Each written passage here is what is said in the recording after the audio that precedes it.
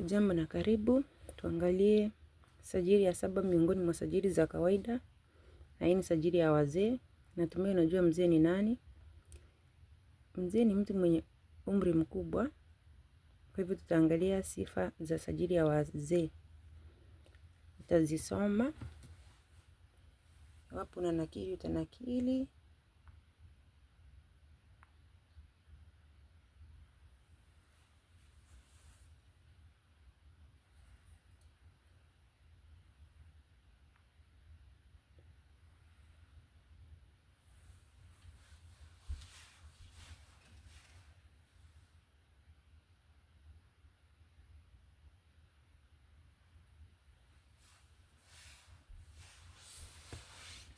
Kwa hivyo sifa ya kwanza unaambiwa kuna matumizi ya viziada lugha kama vile kurusha mikono, kukunja uso, kutabasamu. Sifa ya pili kuna kusita kwa sababu ya kutokuwa na uhakika wa kinachosemwa. Sifa ya tatu kuna matumizi ya vihisishi ili kufikiria ni lipi linalosemwa. Tatu, tunaambiwa kuna matumizi ya sentensi fupi fupi ili kurahisisha mawasiliano. Nne ama tano, samahani. Sentensi huweza kuwa ndefu wakati mwingine. Kwa hivyo hii hutegemea hulka. Hulka ni tabia ya mtu na pia hutegemea kinachosemwa. Tunaposema hulka ina maana kwamba kuna wale watu ambao wanapenda kuongea mambo marefu ama mambo mengi, si mambo marefu. Tunasema tu mambo mengi. Mtu akiulizwa swali ambalo linahitaji jibu la moja kwa moja, itabidi kwanza aeleze, atoe mifano ambayo sio lazima na mambo kama hayo. Sifa ya sita, kuna matumizi, samahani, kuna kukatizana kalima au kukatizana kauli.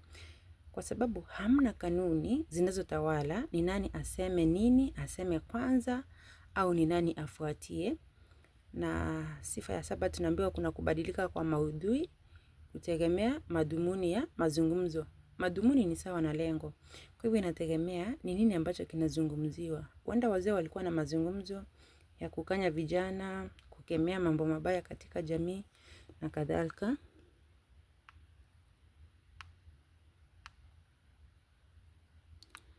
Na nane, sifa ya 8, tunaambiwa kuna, samahani, sifa ya 7.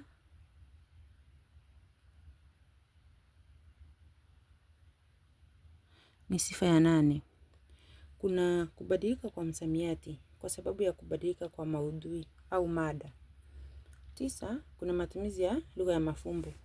Kumbuka wazee wako na umilisi mkubwa wa lugha, kwa hivyo wana uelewa mkubwa wa lugha.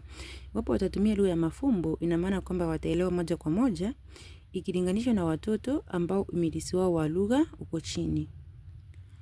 Na sifa ya 10 ni lugha sanifu.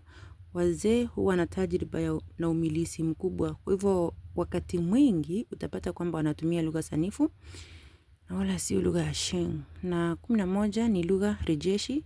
Wazee hupenda kurejelea mambo katika mazungumzo yao. Kwa hivyo kuna matumizi ya lugha rejeshi. Na 12 tunaambiwa kwamba ni lugha yenye ushauri. Wazee hupenda kushauri na kukanya dhidi ya mambo fulani kutokana na tajriba yao. Naam, sajili ya wazee. Kwa hivyo wapo utapata kifungu, soma kile kifungu kwa makini, uweze kubaini kwamba wapo ni sajili ya wazee ama ni sajili gani. Na ukiangalia nyingi za sifa hizi ni sawa na sifa za sajili ya ana kwa ana au mazungumzo ya moja kwa moja. Katika hiyo video nyingine tutaangalia sajili ya mapenzi,